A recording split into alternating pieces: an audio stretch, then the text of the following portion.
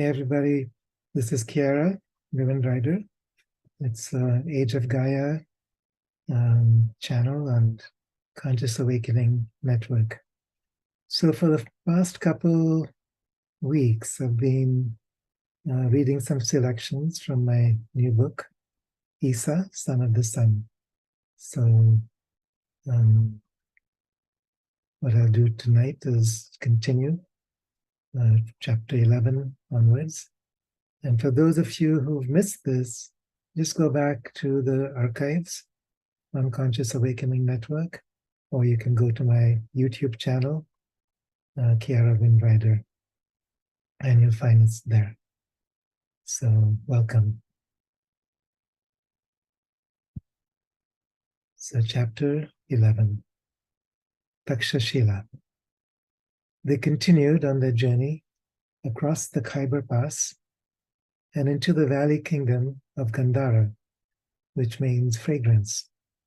Surrounded by hills, flowers, and natural beauty, it was an exquisite testimony to a land flowing with milk and honey. The capital city here was Takshashila, which lay at the crossroads of two great trade routes. There was the Royal Uttarpatha Highway, which linked Gandhara with Magadha, and the Silk Road, which they had just come down, which continued to extend out through the rest of Kashmir into Nepal, Tibet, and China.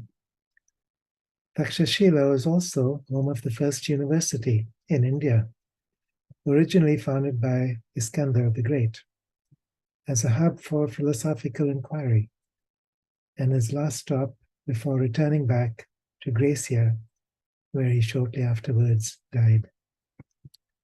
Thousands of students came from all over the world in order to study here, including princes, merchants, and priests. It was a cauldron of new thought, representing all the known arts and sciences of the day, such as economics, history, political science, and the various spiritual traditions of that period. The kingdom of Gandhara was ruled by Issa's uncle, King Gondophares. Issa's family remained in the kingdom of Gandhara for some time. Gondophares often took Issa out riding in his kingdom, introducing him to the vast beauty of that land, sharing the history of the land and people, and the political alliances of his day. Gandhara and Kush were neighboring kingdoms, two of the Israeli principalities of the Kashmiri region. To the west were the Parthians and the Bactrians and the Persians. Further east were the kingdoms of Magadha and Kapilavastu. You have a special relationship with the principality of Kush, Gondophares once told Issa, with a twinkle in his eyes. But your parents have chosen not to tell you more than this. You will discover the rest in your own time, in your own way. The great university at Takshashila fascinated Issa. His uncle took him there on a couple of occasions, introducing him to some of the teachers there. I would love for you to study here, Beta, my son. You would be joining nobles and princes from every land in learning about the world. But your path is different. He paused. What you need to learn cannot be learned through books. I wish for you to travel the world and learn the ways of your heart and the ways of spirit. This land of India has been home to great philosophers and adepts. They did not learn what they knew from books and scrolls, but through direct contact with the mysteries of nature and God. He told Issa of when he had taken the Silk Road over Palestine to see him for the first time. You have a destiny to fulfill.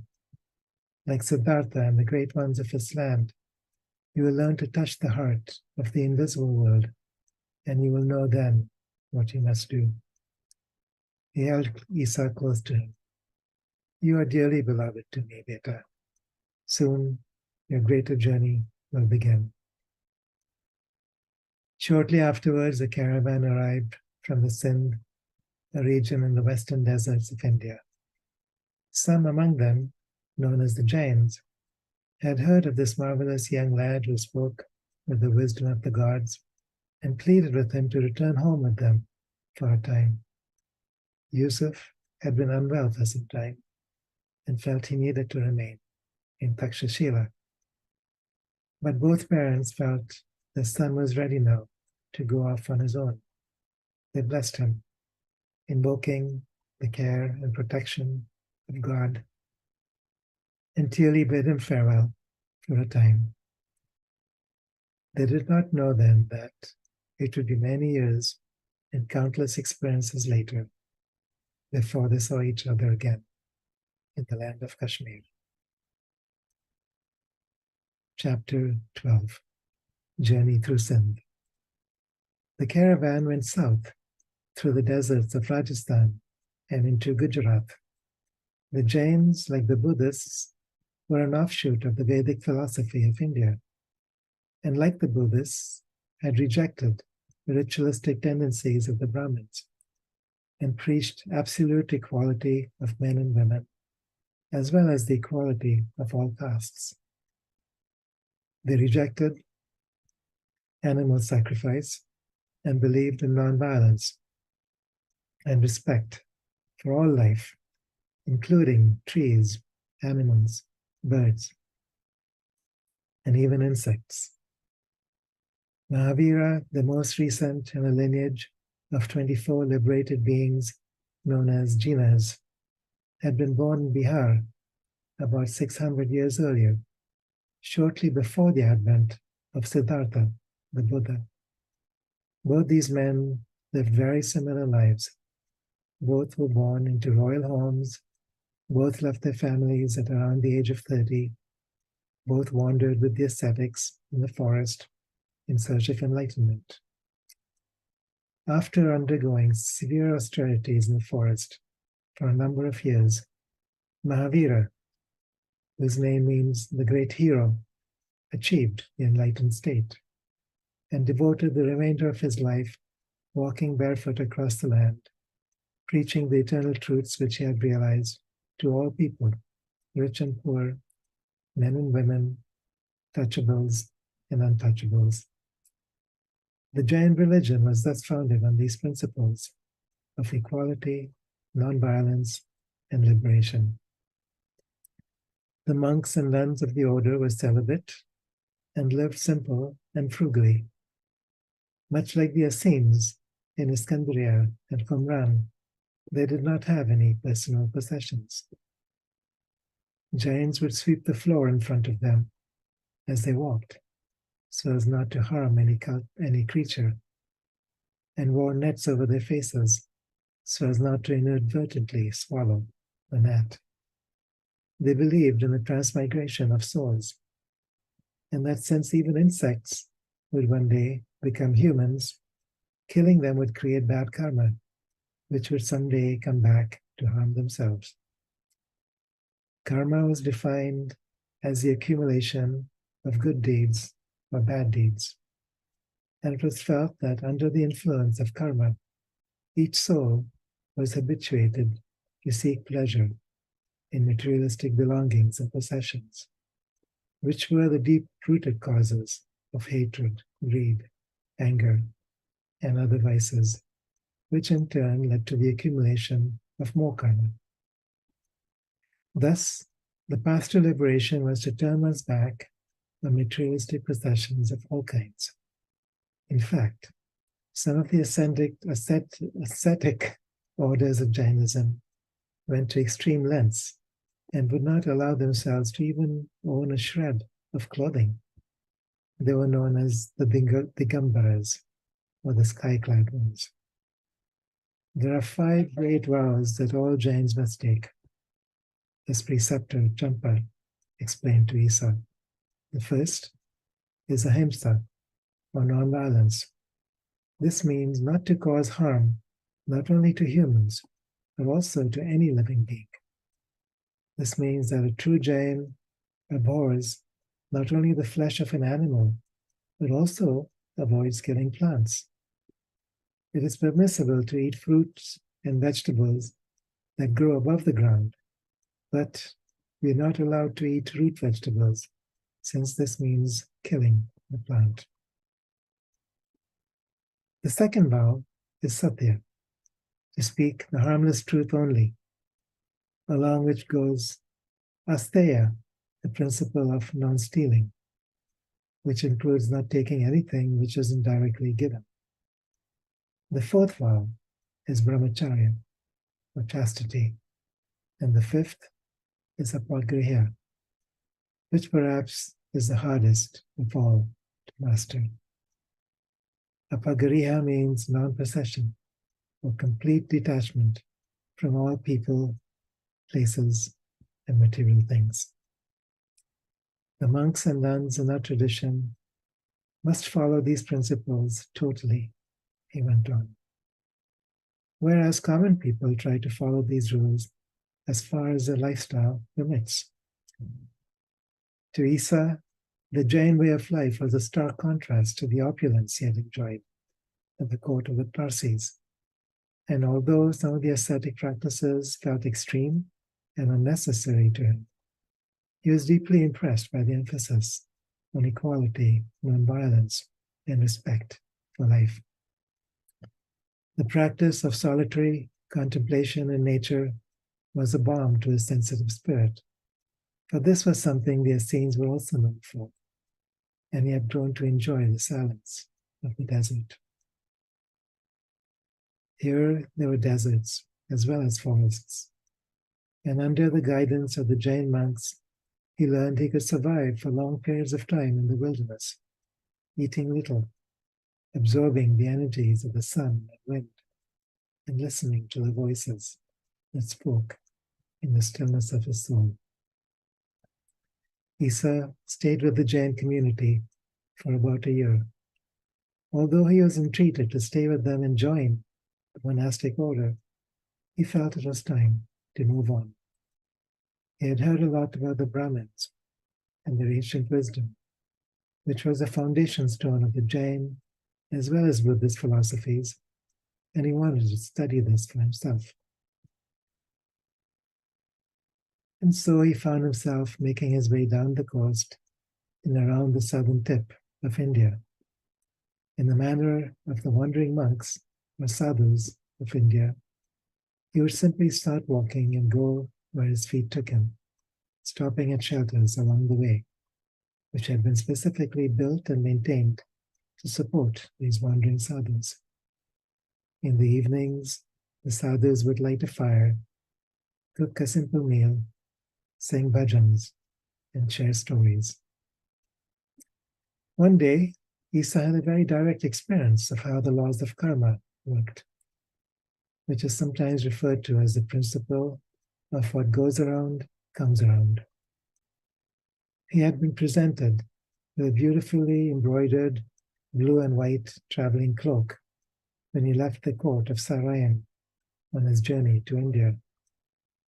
Upon arriving in the rather humid conditions in the Sindh, he realized he didn't need this anymore and had given it away to one of the sky-clad monks.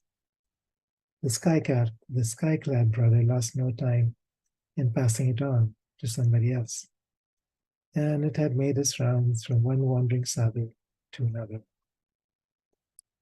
There came a time when Issa was wandering through the southern swamps of the Malabar coast, heavily infested with mosquitoes, when he came down with an intense fever. His bones ached, and his body went through alternating bouts of hot flashes, followed by intense shivering and cold. It so happened that a sadhu came wandering through the shelter where Issa happened to be staying, carrying that very cloak with him. Upon seeing Issa thus indisposed, he promptly presented him with his own traveling cloak, covering him up to ease the raging fever. Once he had recovered enough to travel, Issa continued his journey, rounding the southern cape and then taking a boat across the sea to Lanka. This island paradise was once the home of Ravana, the so-called demon king, who, according to the epic tales of the Mahabharata, had fought a great battle with Ram, an earlier incarnation of Vishnu. Buddhist missionaries had come and settled here during the time of King Ashoka, and so Lanka had become a fascinating amalgam of Buddhist teachings with older tribal cultures. He visited the pilgrimage site, which houses a tooth of the Buddha, as well as the peak where one of the first ancestors, Adam, was supposedly buried. Not wishing to stay very long, however, he soon returned to the east coast of India, making his way up the coast until he arrived in Puri, in the kingdom of Magadha, at the site of the great Jagannath temple and a major center for Vedic studies. Chapter 13, Among the Brahmins. It had been almost 2 years now since Issa had set out from the kingdom of Persia. His constant travels through the jungles and plains of India, along with the austerities of the journey, had toughened his body so he could walk around barefoot like his fellow sadhus and survive on very little by way of sustenance. His hair had grown long and his skin was tanned a golden brown. And so, when he arrived in Puri, he was welcomed by the Brahmins as one of their own kind, although they were surprised that he spoke just a small spattering of the common language, which he had picked up along the way. They did not wonder at his straw-colored hair and blue eyes, for many of the Brahmins themselves were descendants of the Tukarian tribes from the north, or from the Sakyas and the Munis. Also, many soldiers from Iskandar's armies had deserted and found wives among the Indian kingdoms. Their progeny, likewise, were fair-skinned. In fact, the word caste comes from the term varna, which means color, and there was an entire system of social protocols that had been established in India during this time that had to do with the color of one's skin and their subsequent role, status, and value in society. So, Issa was welcomed into the Brahmin community with honor and delight. Like many sadhus who had dedicated their lives to mukti, or liberation, Issa's presence radiated a magnetic attraction that derived from the purity of his search for truth. He expressed his wish to learn about the Vedic traditions and was accepted in the math as a novice. The Vedas and the Upanishads were the primary books of wisdom in India at that time, pertaining not only to spirituality, but also to history, culture, and medicine. These writings were thousands of years old, and some were brought into India by the Proto-Aryans living in the regions between the Black Sea and the Caspian Sea, which would have included some of his ancestors. Although Buddhism and Jainism had become the dominant religions in India at that time, Issa wished to study the scriptures in their original form. Thus began an intense phase of study, interspersed with various yoga, breath, and meditation practices to hone his mind, body, and senses to perceive higher realities. Yoga means union, he was told, which means to be equally at home in the spiritual worlds and the physical worlds, equally content with himself as with the company of others, strengthening the body to move more readily, strengthening the body to more readily receive the spirit, and then immersing in the spirit to transcend the addictive patterns of the physical body and senses. Ultimately, it means union with God. Issa's studies and practices intensified his desire to discover the divine force within. He remembered the words of Ezra and his encouragement to pursue the direct path of the nameless God. He remembered what Samayan had said about understanding the root causes of evil and then transcending the duality between good and evil. One of his teachers in Puri was the old Brahmin Agnivesh, whom Issa felt a particular affinity with. Why are there so many names for God? Issa asked him one day. Aren't they in truth all the same? Indeed, yes, they are, responded Agnivesh. But he must understand that the way we understand God is different from the understanding of the priests in your land. We see God in every mountain, every river, every creature, every tree. But there is a single unifying force that flows through all creation. And this is what we call Brahman, the ultimate reality. The difference is that in your land, you believe in one God, but this God is pitted against the many. Here, we also believe in one God, whose face is revealed within the many. So what you call Brahman is what we call God, but it is really the same. Not understanding this essential unity of spirit is the cause of all conflict and suffering, affirmed Agnivesh. Human beings have a tendency to get caught up in Maya, the outer appearances of things, and to lose sight of Mithya, the essence. However, this essence cannot be grasped with the mind alone, he continued. It must be a direct realization, and this is what our sages have devoted their lives to achieve. So Maya is an illusion of the mind, asked Issa. You have grasped the essential concept, said Agnivesh. Maya is the great illusion. It is the great veil that prevents us from realizing that all things are essentially woven together as one. It is the outcome of our dependence on the outer senses to teach us what is essentially invisible and can only be experienced through the heart. The great achievement of our sages has been to outline a path through which it becomes possible to achieve this union of all things. This is what the path of yoga is about, which essentially means joining together. But Issa was not satisfied. Forgive me, my teacher, he said. I've been traveling all these months among the Jains and among the sadhus. I admire their feats of physical endurance and the austerities that put their bodies through. But why is this necessary? How difficult can it be to realize this simple truth? Agnivesh smiled. You are right, Issa. Realizing the truth of oneness is the simplest thing on earth. But so many have become trapped in the veils of illusion. They've become addicted to the conditioning of the mind.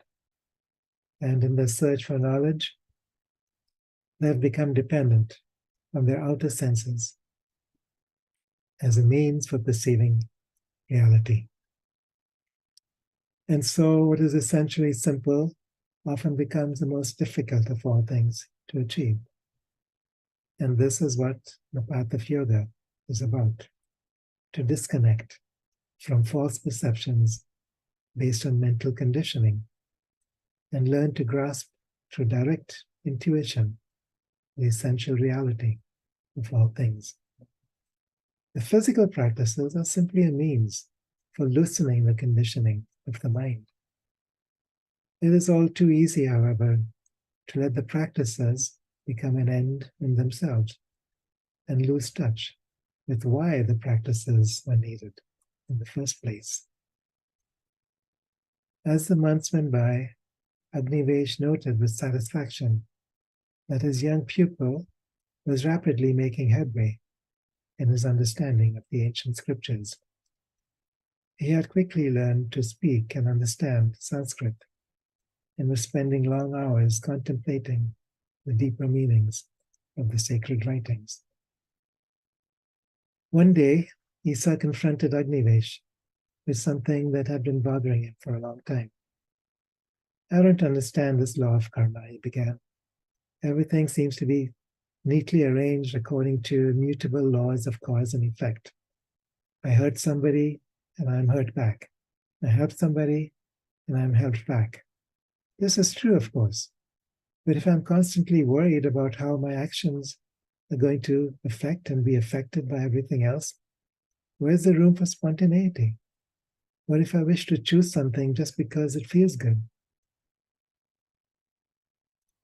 Yes, this is an important question, answered Agnivesh. As long as you're trying to achieve something because you think it is the right thing to do, there is still an attachment to outcome.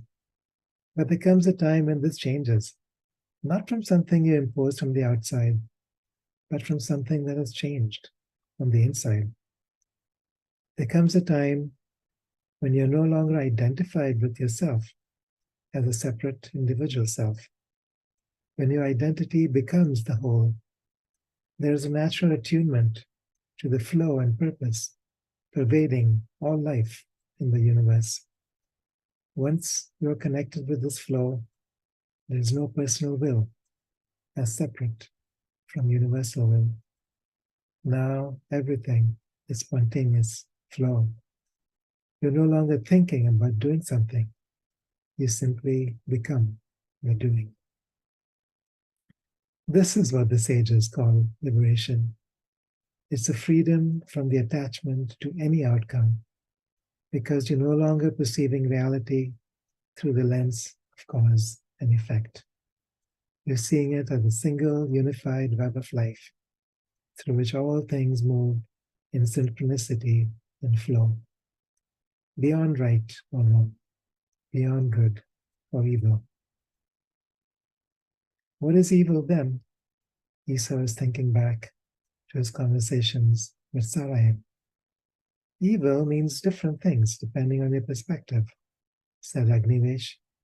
In fact, evil is simply perspective. When you're lost in illusion and duality, there's all the things that make you suffer. When you see yourself as something separate from the rest of life, you place demands on the world that you think will make you happy. And these demands are the basis for greed, anger, hatred, and violence. But when you return to a state of unity, you recognize that just as seasons change and day turns into night, so must all things flow in life. What is created must be destroyed, and what is destroyed must always transform into new creation. When this is accepted fully, evil disappears, and only Brahman remains. When first we embark on this journey of life, we tend to see evil everywhere around us. We make judgments about life and against people, how things should or shouldn't be, how we would change people and make them better, by force if necessary. And then that shifts, and we start seeing ourselves with greater sensitivity and refinement. And then the evil exists only inside ourselves. We judge ourselves for not being good enough, or strong enough, or compassionate enough. And the more we examine ourselves, the more we find something to punish ourselves for. But then there comes a time when there is no more self to punish. For our awareness has shifted from a separate individual identity to the eternal presence that we are, the Atman. And here there's no more duality, no more illusion, thus no more evil.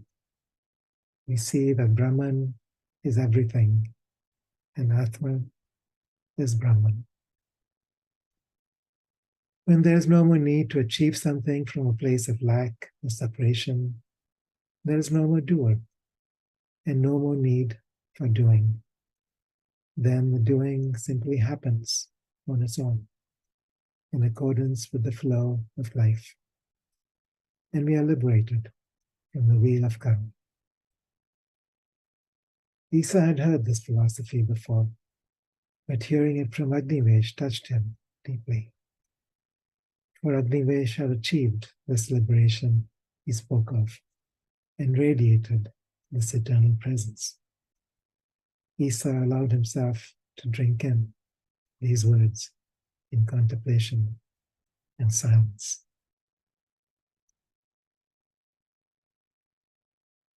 Chapter 14. Monkhood. There is a ruling myth that when the great Purusha created humanity, the Brahmins were created from his head, the Kshatriyas from his torso, the Vaishyas from his thighs, and the Shudras from his feet. The caste system had originally been devised to delineate specific social functions, where Brahmins were the priests, Kshatriyas the warriors, Vaishyas the traders, and Shudras the craftsmen and workers. This worked well for a time, but then slowly had become degraded into a status system based on the color of one's skin. The caste system seemed to be held in place by the Brahmins, who had the most to gain from it, and who rationalized the existence of the structure by invoking the law of karma. If you're born unlucky, it is because of your past misdeeds, was the way this argument went. And if you accept your status without complaint, then you'll be reborn in your next life into a higher caste. Issa was remembering his time among the Jains, where all people were considered equal, and it was considered a virtue to own nothing and give everything. The monks had renounced their possessions as well as social status when they joined the brotherhood and sisterhood of monks. One day he sought out his teacher and spoke his mind. "Forgive me, Panditji," he said, "but there has been something that has been disturbing me for some time. I understand how the caste system was designed to work, and I know that different roles are needed in order to make a society work. But it doesn't feel quite fair that a poor sweeper or latrine cleaner must continue doing this painful work through their entire lives with no hope for relief. And furthermore, that their children and their children's children must continue doing the same. Where is the justice in this? You have said before that there is no such thing as karma from the perspective of Brahman. Why then do they deserve this thankless existence?" Agnivesh sat still for a long time. They had known each other for over a year now, and he had developed a deep respect and affection for this young man. "Issa, I've wondered about these things myself, and I have no answer for you. I can tell you that in the ultimate sense, there is no evil. But you will point out to me that there are social evils that are built into the foundation of our culture. And to this, I can only hang my head in shame. Sometimes an outsider can see these things clearer than we can, who have become blind through too much familiarity with unquestioned ideals." His eyes clouded over with sadness, and his erect carriage appeared worn and troubled, with a burden he hadn't allowed himself to feel for some time. Issa leaned over to touch his feet respectfully. He was touched that this great Pandit would share these misgivings with him, a mere boy. It strengthened his own resolve. "So what must I do about this, Panditji?" he asked. "What can I tell you, Issa?" Agnivesh's eyes were clear again. "You must look to your own destiny in this. All I can say is that there is a big difference between acting from a place of reaction, where you feel driven by pain in response to what you consider injustice, and acting from a place of stillness, where the Divine Spirit chooses you to be His voice for change. Do you understand the difference? He went on. In the first case, you will simply add your voice into the chaos and reap more chaos. In the second case, you'll be following your own dharma, and nothing will be impossible to you. Issa nodded, feeling as if a great weight was being lifted from his heart. Perhaps it is time to sharpen and hone the power of your will now, my young friend. You have studied enough. You have learned to meditate and still your mind. Are you ready now to follow the path of a monk? He explained to Issa that this was a training in one-pointedness, the single-minded pursuit of a given goal. A monk's task is not to simply follow a rule blindly, or to get lost in rituals, or to become an ascetic to glorify the ego.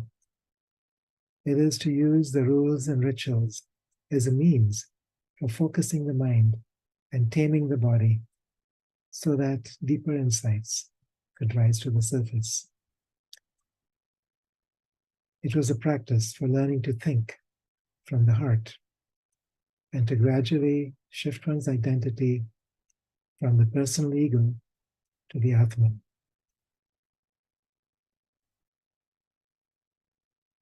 Chapter 15, Marie of Magadha. The orphaned Adivasi girl had been raised by priests in the temple complex of Puri, which was part of the kingdom of Magadha during those times. She was born among the hill tribes of Magadha, raised to live close to the rhythms of nature that ruled all forms of life. Her mother had died in childbirth, and then her father perished trying to protect her in the stampede of a rogue elephant storming through their little settlement. The traveler wandering through the jungles had found the child lost in the wilderness and carried her along with him until he reached the temple complex of Puri, where he had presented her to the priests for caretaking. She quickly won the hearts of all she came across with her natural grace and wild beauty. As she grew older, she had been taught the temple arts along with other young girls her age, which included the awareness of subtle energy channels and the ability to transmit healing energy with the touch of her hands. She had also been trained in the arts of raising Kundalini in order to enhance the union of Shiva with Shakti. Shakti was the life force held dormant within the Muladhara chakra at the base of the spine, which was linked with the powerful instinctive energies of Matribhumi, Mother Earth. Shiva was the gateway to cosmic consciousness, the unitive energies sealed within the Sahasrara chakra, situated at the very crown of the head. The tantric path had to do with raising Kundalini Shakti from the base of the spine to the crown of the head, and in so doing create a shift in identity from ordinary human consciousness to universal cosmic consciousness.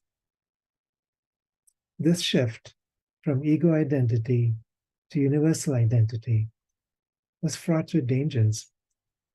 If the initiate was not ready for this, it could overwhelm the nervous system and damage the energy bodies, sometimes even causing mental instability and death.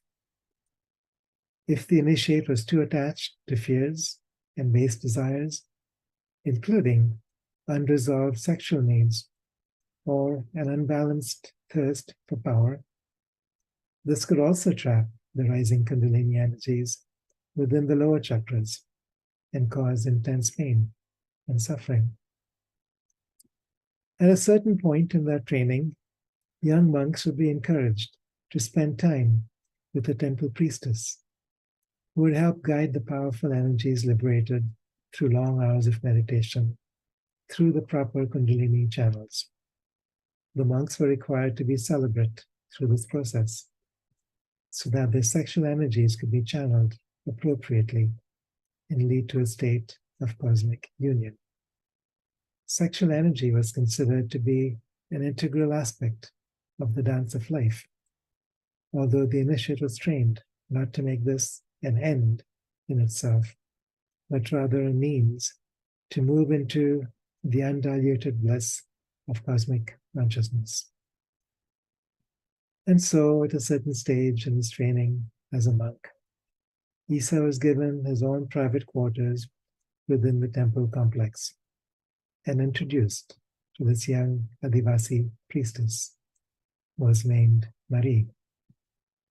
Marie stayed with Issa for a period of 6 months, meditating with him, teaching him to stabilize the intensity of the Kundalini energies, and being a constant companion through this time. In return, Issa taught her about all that he had learned along the way. She loved the stories that he told, the treks he had made through forest and desert, stories of faraway cities made of stone, communities of monks where men slept upside down in caves and became rooted into the ground while standing on one leg. When he spoke of the leper colonies and the children who were cast out by the villagers, she sensed a kindred quality that she herself often felt, a feeling of not fully belonging, of knowing there was something else in life and somewhere else she was destined to be. Tell me again about your trip through Persia on the Silk Road, Marie coaxed him. Tell me about the people you traveled with. Issa smiled. He knew Marie was curious about the world outside the temple, that she longed to travel the way he did. He attributed this to her tribal group ancestry, deep memories that could not be pacified so easily. He thought again of his own mother, who was guided also by a deep instinct and purpose that had taken her all the way from Kashmir across to Palestine and Kemet and then back again. And so we had barely left Saraim's kingdom when bandits swooped in upon us. Issa continued his unfinished narrative, but our fine warriors on their mighty stallions quickly dispersed them, and we traveled on them across the passes, braving the snows and moving stealthily through enormous wild forests. Marie nodded, eyes half closed, taking another sweet sip of her tea. Issa could see the priest's wisdom in having him learn from a woman, testing him in maintaining his boundaries. Marie was the first woman he had been close to for such an extended period. She was different from him, more naturally grounded in the way of her ancestors. There was a delicacy about her presence that moved him, that made him want to wrap his arms around her and protect her. And so, over the months, as they shared teachings and stories, a profound love and understanding developed between the two of them. Although, in accordance with the monastic rules, this was never sexually consummated. For Marie, this was the closest she had ever experienced to having a family, and she became deeply devoted to Issa. Issa too felt a profound communion of heart, mind, and spirit with Marie. When his time came to graduate, he received the sacred thread with a mixture of elation and deep sadness, for he did not know whether or when they would ever see each other again.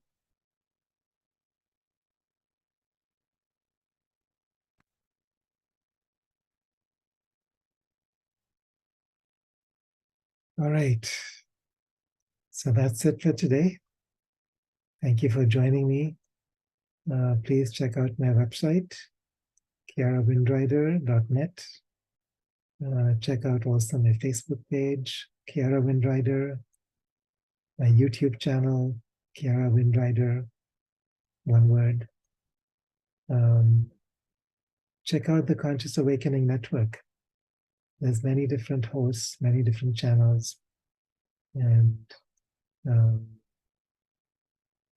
some amazing people that have been sharing their own stories, their own teachings, their own understandings about life and the universe.